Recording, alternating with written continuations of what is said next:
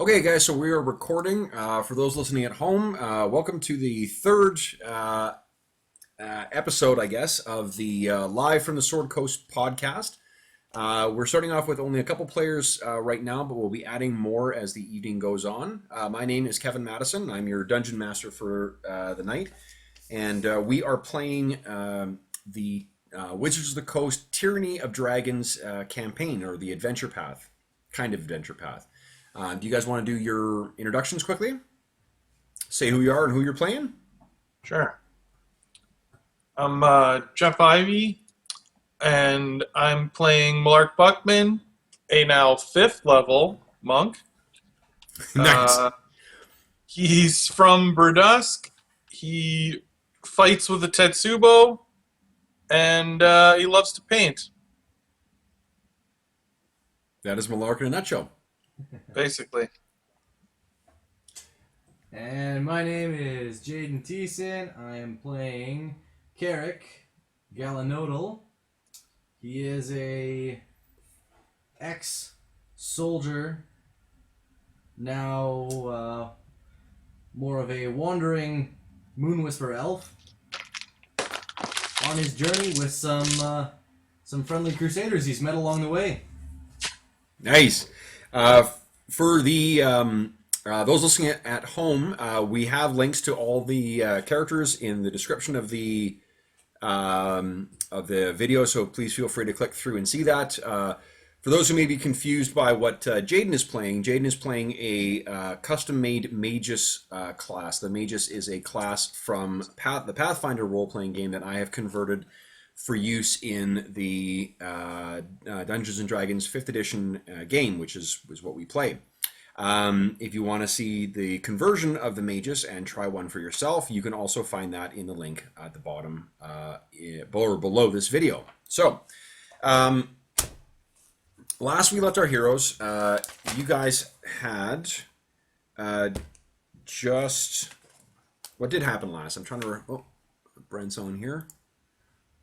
Add him. Sure, yeah.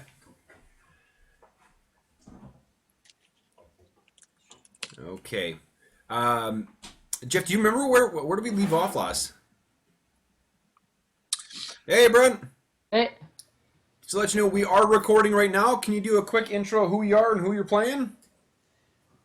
my name is Brent, and I am playing the party's gnomish druid who goes by Pock. With a much longer name. I hope you were pleased that on the cheat sheet, Brent, I included Pock's full name. I know. I guess I can give him the full intro of Wrenn, Ralnor, Torin, Pock, but we'll just go by Pock. Sounds good. Okay, so when we just before you logged on, Brent, we were doing a quick recap of where we left off last. I'm trying to remember. You guys had just you had defeated 2 sessions ago is when you defeated the Cyric cultists, right? Right. And last session is when you met with Ontar and Laosin to do sort of a debrief afterwards. Right. And what else happened last session? There was a lot of it was a chatty session, I seem to remember, but I honestly don't remember. It was something special for Friday the 13th, I thought you said. oh yeah, it was a horror thing. But what happened? You know, this is where I should have. For those listening at home, you can feel free to listen to last session, and you will like. Oh, that's amazing, because we have no idea. No, I have no idea. No, I know what happened at the end was that you guys were, you guys did have the meeting with the, what do you call it? With the members of the Order of the Gauntlet and the Harpers. Oh, and I wanted to talk to you. Yes, last session we talked a fair bit about the different groups that you could join. The Harpers and the Order of the Gauntlet. And Brent, for both Jadon and Jeff, and for those listening at home, Brent actually had an encounter along the route or rather Pock did, between the green fields and getting to El Terrell, where he met someone who spoke to him in the Druidic language, and none of you guys have really noticed yet, but he has actually been wearing a little symbol.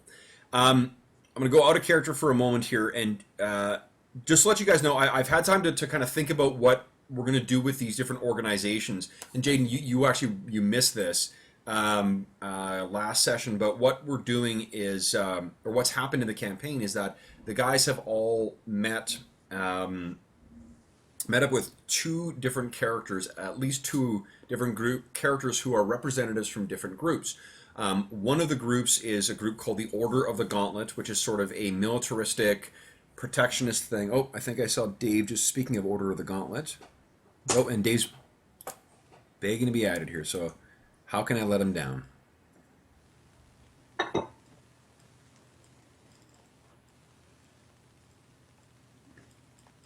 Should really watch my messages more closely.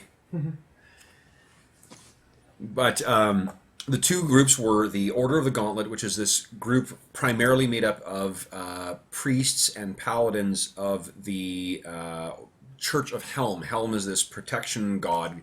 The way I've been describing it is that the Helm is kind of like everything you would think of as of a paladin being. So protection, protecting the weak, honesty, loyalty, all those things. That's what Helm represents. The other group is the Harpers, which is more of a loosely allied... Hey, Dave! Hey, guys. How's it going? Not bad. You? Not too bad. We're recording right now, so why don't you do a quick intro of who you are and who you're playing? I am Beradin, Toraktalomar. I'm the resident cleric for the group. And the resident tank, I think, as well.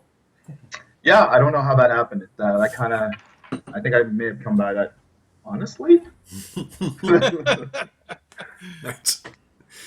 Well, I was just before you logged in, Dave. Well, we were talking about the different groups that were available, and so the two groups so far are the second one is the Harpers. The Order of the Gauntlet is more of a militaristic. Pick up your shield, pick up your sword, go out and make the world right and safe and whatever. The Harpers are more concerned with kind of arcane evils and the abuse of power in kind of an abstract level.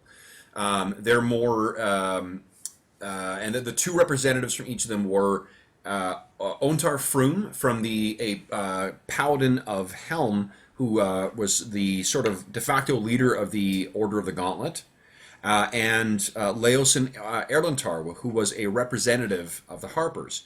And after meeting with them and sort of letting them know what you guys learned in the green fields and in searching that cave that was where the cultists had hidden those dragon eggs, you guys were invited or asked to undertake another mission for them. To this time actually carry along or follow along on the River Kyantar towards the Sword Coast to Baldur's Gate, where you guys were to do two things, two primary things. One of them was to wait for a caravan that was traveling up from Baragost, further along the south on the Coast Way. You can see that on MapBot as well. Let me see if I can actually... I think it's early enough in the session that MapBot will actually respond relatively quick. Later it'll take a dog's age. So here's Baragost. I may have spoken too soon. Is it moving super slow now? You totally ruined it. Damn it! It heard me. Oh, no, there we go. Okay, so there's where Baragost is. The caravan is heading up the Coastway to Baldur's Gate and towards some other destination that you guys aren't familiar with, which is, I think it was called Narratere. And none of you knew what that meant or what that place was or whatever. So what you're going to do is go to Baldur's Gate, kind of wait for the caravan to arrive, and then join up with the caravan and continue heading north, because you understood that they were heading north from Baldur's Gate towards Waterdeep, which is for another major city further up to the northern part of the Sword Coast. The other thing you were to do is to speak to a man named Abdel Adrian. Abdel Adrian is a duke of Baldur's Gate. Now, Steve isn't with us until a little later tonight, but Diero has been to Baldur's Gate before, and I'm trying to think here. I don't think any of the rest of you guys have. What you guys can do is actually make history checks for me, if you don't mind. Let's see if you've heard or learned anything. If you don't have history, just go ahead and make a raw intelligence check for me. Hey, Kev, there's no problem with me being friendly with the two, or Pock being friendly with two groups, eh? Well, actually, there is. It's Okay. sort of an all or nothing thing, and that, because you're. I was thinking about this, and I think I presented the Emerald Enclave in kind of the wrong way when I spoke to you when we had that phone session. Okay. What the Emerald Enclave is another group that isn't. How'd you do? 5. Okay, so yeah, Baldur's Gate is a city. I got a 15. 15. Okay. Could be a potato for all I know. Yeah. Is Baldur's Gate a cooked dish? How'd you guys do, Brent and? I didn't bother. I figured Pock's pretty backswoodish. Boulder Gate probably wouldn't mean anything to him. In fact, he wouldn't know that it's actually Baldur's Gate, not Boulder's Gate. Dave, how'd you do? 14. 14. Okay, so both you and Jeff. Baldur's Gate is one of these cities that sort of is a major presence on the Sword Coast. A lot of the other cities like Verdusk and Elturel and Baragos, Scornable, they don't really stand out as these, prominent lights. The brightest light, arguably, on the Sword Coast is Waterdeep. Waterdeep is known as the City of Splendors. It's if you think of sort of like what everyone says about New York is sort of what Waterdeep is. You can find anything you would be conceivably looking for in Waterdeep. Baldur's Gate is sort of a pale second to it, but still quite a prominent presence. It's very, very rich. It has probably the largest mercenary company in the Sword Coast, and possibly in the Western Forgotten Realms, known as the Flaming Fist, which has been protecting Baldur's Gate for centuries now.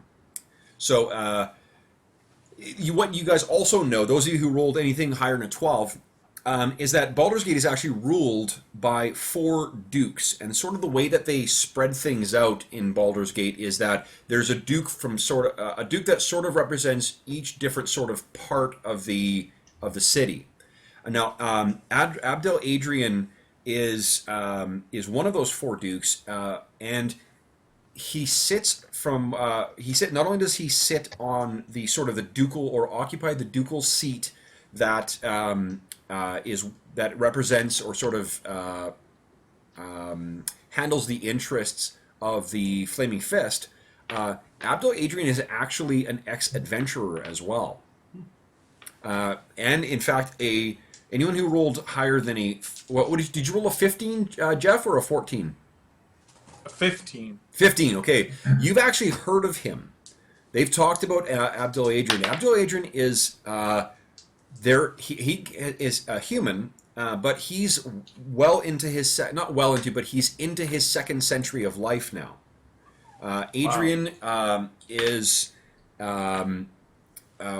was had a number of fairly prominent adventures around Baldur's Gate, and can someone make a history check for Calvalos for me, please? And you roll up that with advantage. Calvalos' history is a +7. Yeah. He's no dummy. I rolled a 2 on Did anyone roll? No, I thought you were. Okay. So you're reaching for your dice, so I... Brent, did you? What was the bonus? Sorry, Brent, it's nice of you to dress up for us. I just didn't change. I know. I wanted to look my best for Skype gaming. Yeah, really? Absolutely. It's being recorded. Oh my god. Yes. I So how would you roll, Brent? rolled a 12. 12. Okay, so plus 7 is 19. Okay, what Calvallo said, he's actually a little surprised. He tells you that Adrian actually grew up, like, well over a century ago. He grew up in Candlekeep. And with a 19, he also knows that he had something to do with the now dead god of murder or god of assassination, Baal. Does that name ring any bells? Yep. So, what he says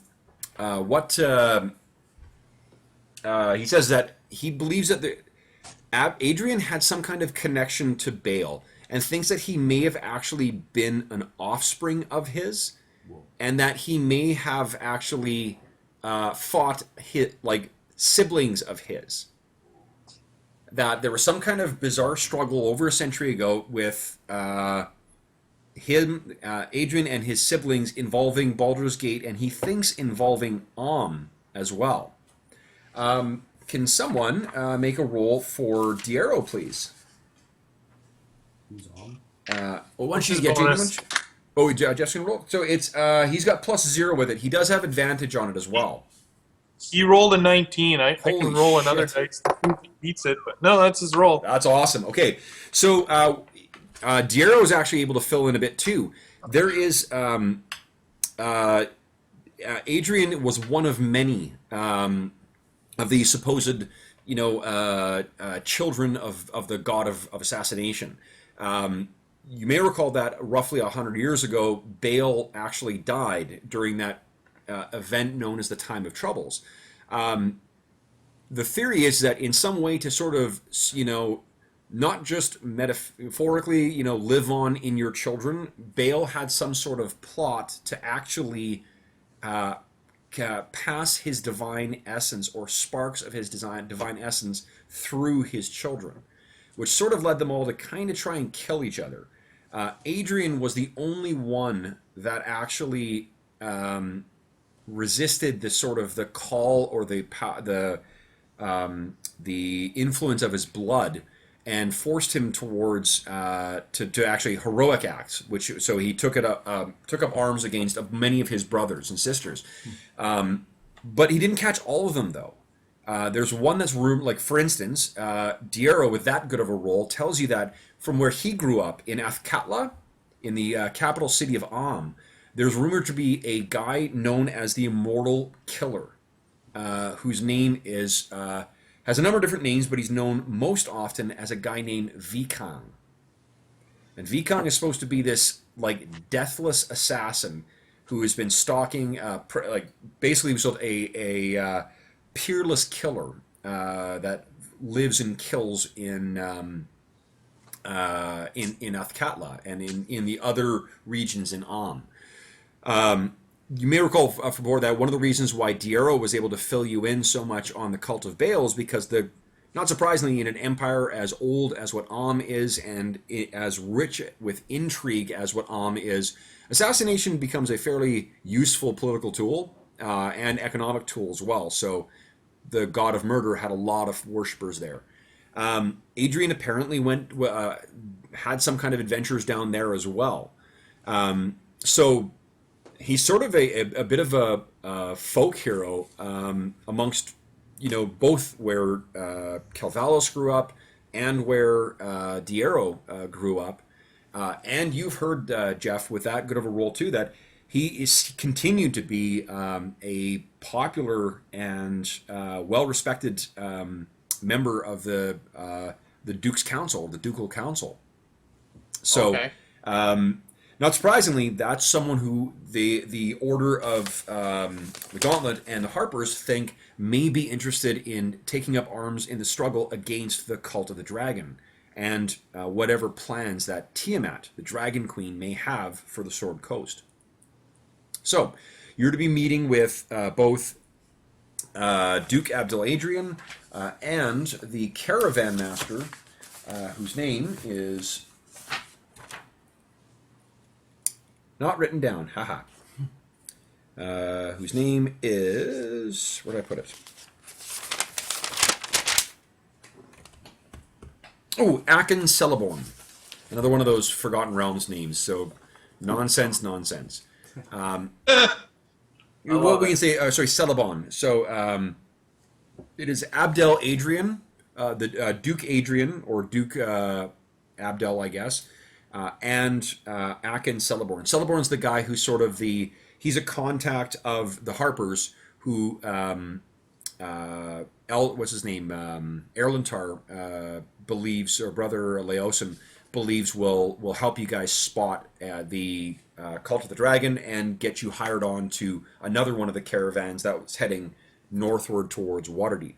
Now, getting back to the different groups, Dave, you said that Beradin was interested in joining the Order of the Gauntlet, right? Yeah, that's right. Okay, so I gave sort of a crappy answer to whether you can join one or more of them last week, which I unfortunately had one of the joys of recording these is I get to watch the session over again and try and find things I can improve on and remember what happened. One of the downsides is when you start talking about something holding one position and then you get to the end of the sentence and you're at a different position, you also get to actually record that. Because when I played it back, I was like, oh yeah, no, you guys can join multiple things. And then by the end of that thought, I'm like, no, you can't. Turns out I was right at the end. So the reason is because you're sort of, each of these, there's a reason that these currently 2, soon to be 3 organizations don't all join together. Is because they don't necessarily share the same ideologies. And Brent, you have what you met with, and we'll role play that out in a separate session. But Pock had a very brief encounter with an elf. Remember, he was to deliver a certain message to someone. Yes. Yeah. For the guys, just for background, Pock, while he was on watch on the trip from Greenest up to Elturel, he had an encounter with a Wemmick druid. Wemmick, if you guys don't know, Wemmick is kind of like a lion centaur. So picture kind of like a half-man, half-lion centaur thing, but with many more Leonid kind of characteristics. They've got claws and a big mane and teeth and stuff. They look super cool. That's a perfect reason to join any organization because one of the head guys looks cool. It looks cool, exactly. You also he spoke to you in Druidic too, Brent. When we talked about it before, I was fumbling and like, well, maybe it's Sylvan, maybe it's whatever. It would be the secret language of Druids that he would speak to you in. So that is one of the reasons you have that language, is so that Druids can communicate with each other in that specific, secret way. So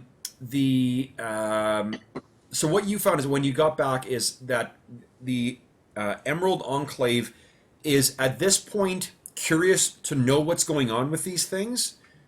It wants to know what's going on, and it certainly doesn't approve of the Cult of the Dragon and what their activities are, but they're not quite willing to throw in with the Harpers or the Order of the Gauntlet because they're not quite sure what they stand for and what they want to do.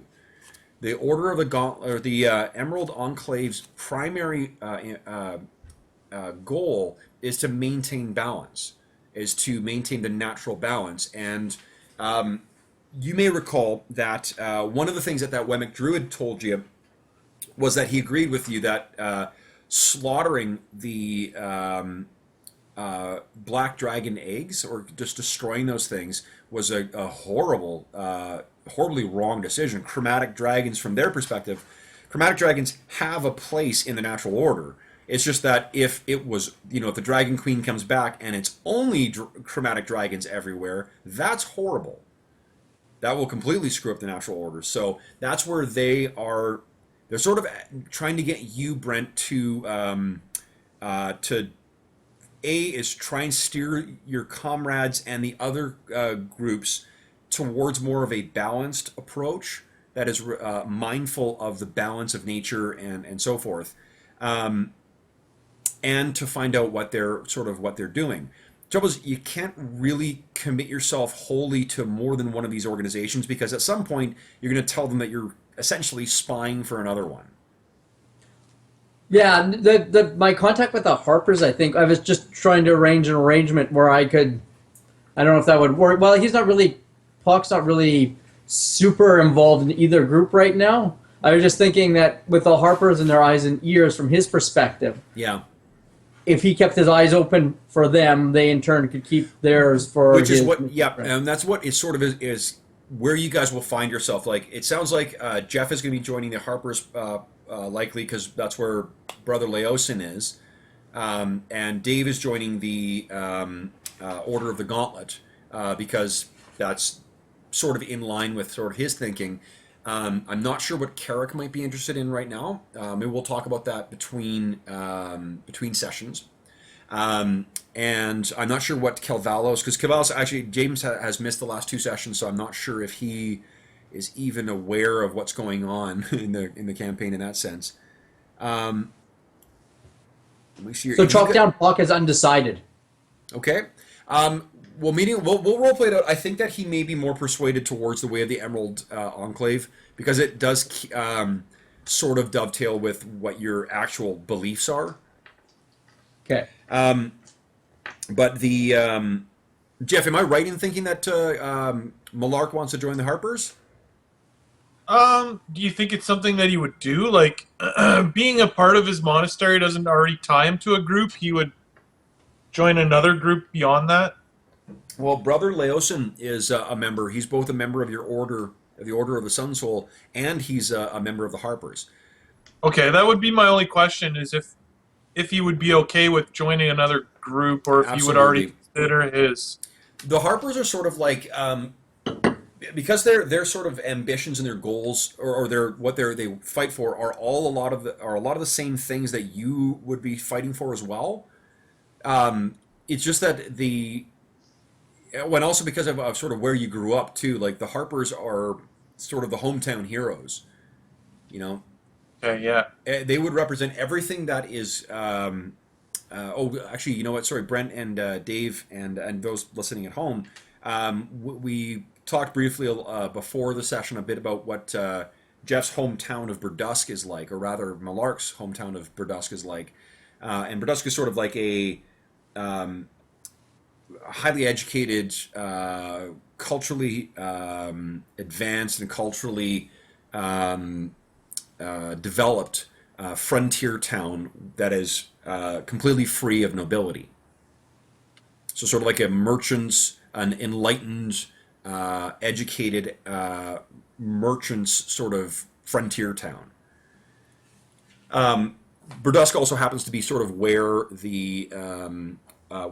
the Harpers had a headquarters, it would be in Burdusk as well. So, the Harpers are absolutely something that would fit in line with you're not joining another church, you're not putting another god before Lathander. Right. What it is it's giving you access to sort of a network to be able to better coordinate the ability to do good, I guess. Right, absolutely. Okay. Okay. So you get a little Harper pin. Dave, you are sworn into, before you guys leave the next day, because you're going to be hiring on with a ship and heading out to Baldur's Gate the following day. You got word, incidentally, from Mauragoth, and he's going to meet you in Baldur's Gate. There is something that is occupying his attention, and he is not able to... he won't be joining you on the trip down there. Excuse me. Where are my dice? There are my dice.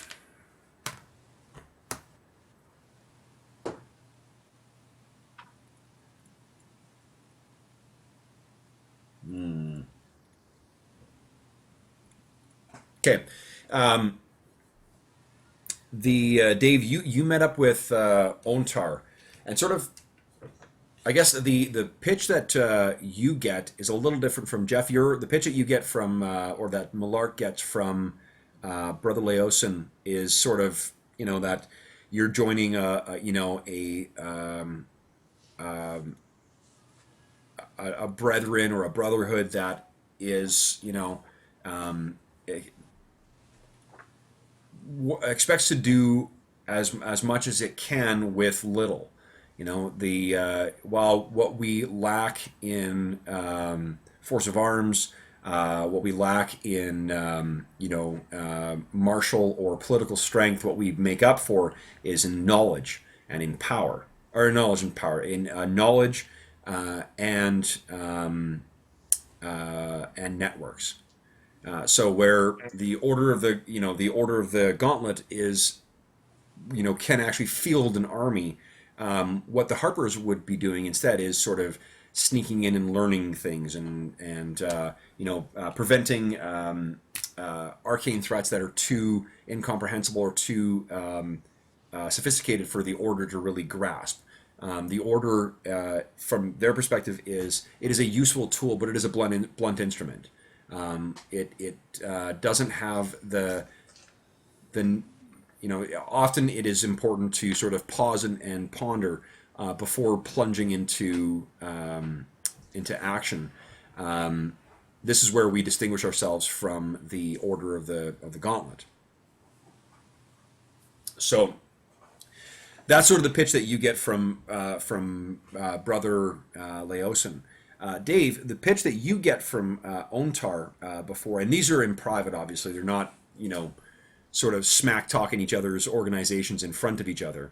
But one of the things that what he says to you, Beradin, is that he's first off, he's pleased that you are that you would join him in his ranks. Again, he was clearly wrong about the early assessment he made, and he should have recognized the fortitude of your character and the willingness you have to intervene on the behalf of the weak, and the good judgment that you exercised in storing that artifact. You may recall last session you found that dagger. You brought the dagger and had it secured in the vault underneath the Church of Helm in Elturel. What he tells you is that tells him that that there is a time to identify evil, to understand. One, it clearly does no one any good to charge in blindly, but once so the right course presents itself quite easily to to one who is sensitive to that. And when the right course is known, it is those with both strength of arm and strength of character who forge forward to protect the weak. The darker parts of the world, the darker elements at play, including the cult of the dragon, will not be wished away or will not be contemplated away or researched away. They need to be crushed, and that requires a strong weapon wielded with both strength of arm and strength of belief. Beradin smash. Beradin smash, nice. So, does that, what do you call it? He sort of goes through and he gives you a last chance to sort of, if this is not, these are the vows that we, all of us take to protect the weak, to take up arms against this and be the bulwark against which, or behind which the weak can hide and against the waves of evil can crash. I'll say you have Baronar's goodwill and guidance on your side with me. Wonderful. So I'm just gonna make sure it's, I think, see if it's. Oop. Okay. Wonderful. So he goes through and he sort of, you go through a bit of an ordination. He kind of, doffs you on both sides, and you're provided a tabard that marks it. He says, "You are one of a brotherhood now. There you will find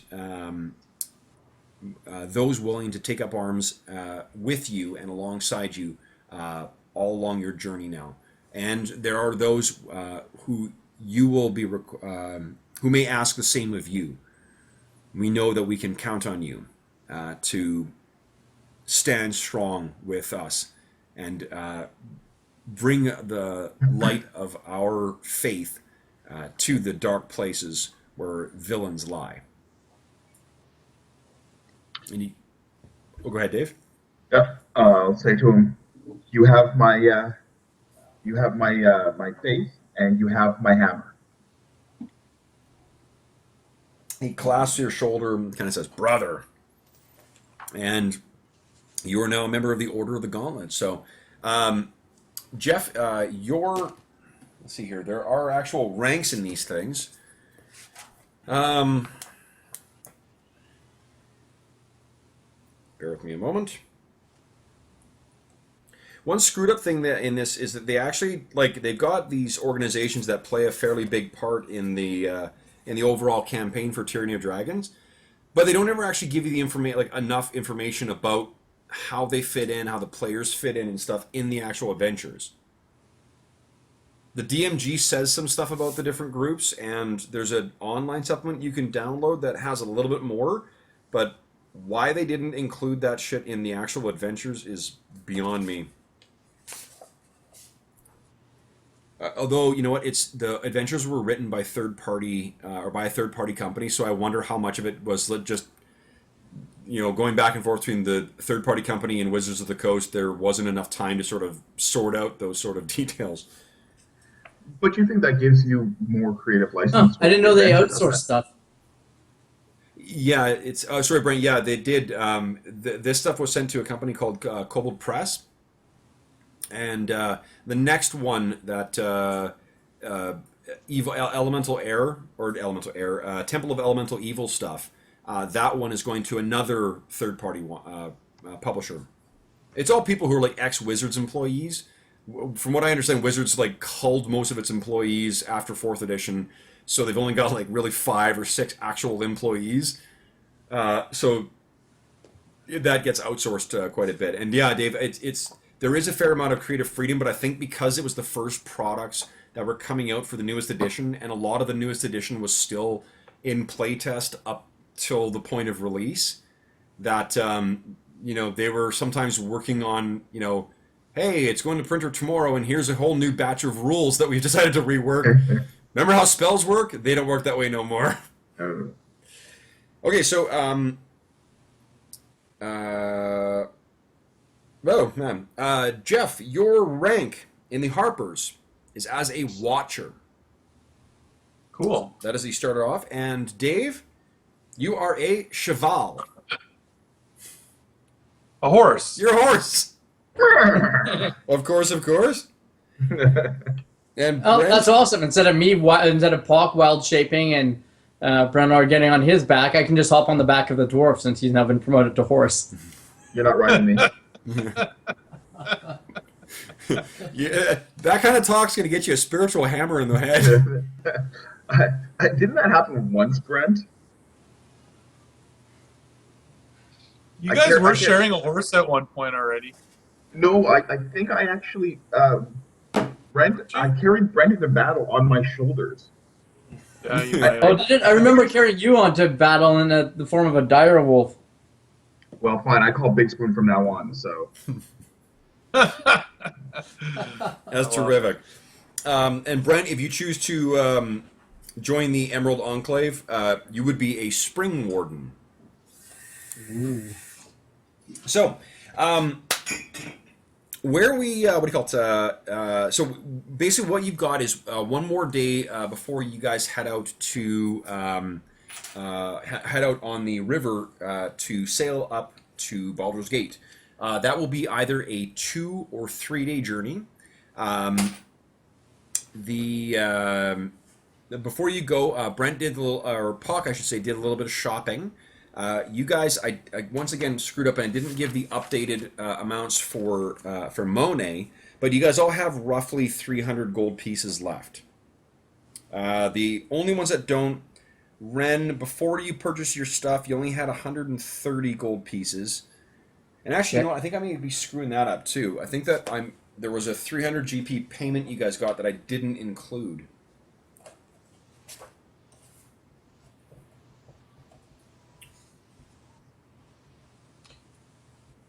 Yeah, I think that's how much he paid us. Yeah, because the town paid you, and then Erlentar paid you as well, right? Yeah. Yeah. Okay. So you guys should have. Let's see here. You know we like money. 150 GP each. So actually, let's see here. Beradin, you have 470 GP.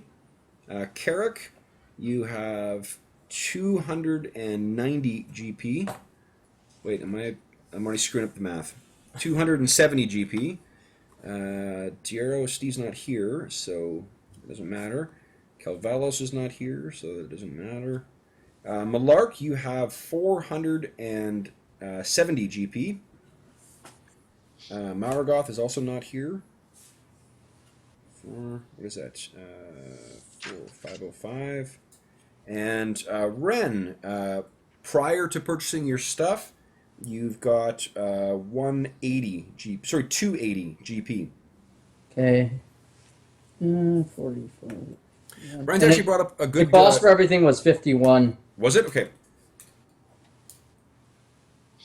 So you got 229. 229. Yeah. Okay. One thing actually that Brent brought up that was good. Brent has purchased 2 tools, and just for mechanically speaking, his guy's not proficient with them. But what you can do is by spending time and effort, and by time I mean 250 days and money, 250 GP, 1 per day, you can actually gain proficiency in a new tool. Oh, cool. Yeah, it's a neat way. So like you don't have to worry about. Days. It's a lot of days, but with in a lot of campaigns there will be downtime. So that's like you need to be able to spend the full day doing that. But on something like say a ship, like a journey on a ship, you can actually spend all your time doing that. Yeah. So. What tools did you pick up, Brent? Just stuff for hobby stuff that I thought Pock would be, just based on his background and that he's from a woodland community. Just wood carver's tools and leatherworking tools. Cool. Wood Okay. carving is just more of a hobby. He'll be whittling and stuff like that in his downtime. I suspected he probably did so in the past, and the leatherworking is more for him making trophies out of the occasional kill or something memorable. Brent, do you want mechanically to split the days equally between the two? Because what I'm gonna do is just sort of running tally, and once you hit 250, you've got it then. Okay, sure, sounds good. Okay. Okay. Any of the other guys? Do you want to anything else you want to do while in town in Elturel?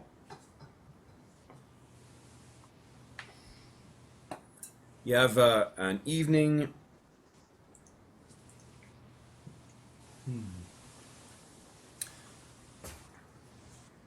You do have Hey, Kev. the. Oh, go ahead, guys. I was wondering that that list of was it really they were kind of a list of potions. Oh, your that beard? I was. Yeah. Yeah. Oh no. Yeah. What? This isn't considered downtime, is it? This is more travel. This Right. isn't no. Okay, let me grab my rules for the dwarven ales.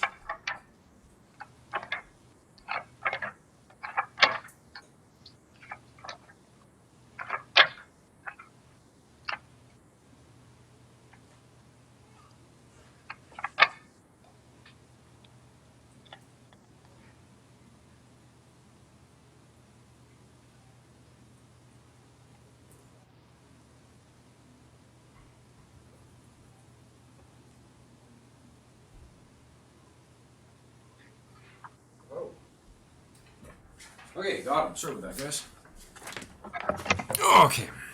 So, actually, yeah, I think most of you guys got this email too, but for those listening at home, I will also include a link to the rules for creating dwarven magical ales. These are rules converted from a Pathfinder role-playing product for use in 5th edition D&D.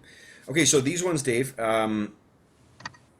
Yeah, like some of them you can make in 2 days. Like the Boulderhead Bock. Costs you 50 GP worth of materials, but you could spend 2 days. You've got your brewing supplies and stuff like that. You can sort of pick a corner of the boat if you like, or the ship, and just kind of get the stuff brewing there if you like. Same thing with Longbeard Lambic. Same thing with Wyrm's Breath Bitter. Okay. Then I think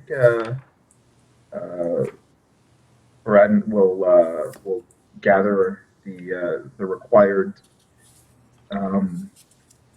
ingredients to. I don't know that I actually know exactly which one he's going to be attempting. Okay, so Boulderhead Bach is the one that gives you temporary hit points. The Longbeard Lambic is the one that allows you to ignore any stunned conditions and to ignore the effects of exhaustion for 1 minute. But then afterwards you suffer 1 level of exhaustion. And the Wyrm's Breath Bitter is that thing that allows you to... You make a Constitution save, which dwarves, of course, have a advantage on. And for 1 minute after you drink it, you can use a bonus action to unleash a thunderous and noxious belch, which causes all creatures in a 10-foot cone to make a DC 13 con save or be poisoned and deafened. That's the one. I thought that might be the one. It's fantastic. Yeah, so you can kind of picture that no one is going anywhere near that corner of the boat while it's brewing. Okay. It's in the middle of battle. Hold on. Kev, Yes, sir. Malark would like to exchange the majority of his 450 gold points pieces for any kind of commodity or something that he feels he can upgrade the value when he gets to Baldur's Gate. Nice. Okay. One of the things we were talking about beforehand, too, is that because Malark comes from a trade city, trade is sort of on his mind. It's something he grew up around, too, so that's absolutely.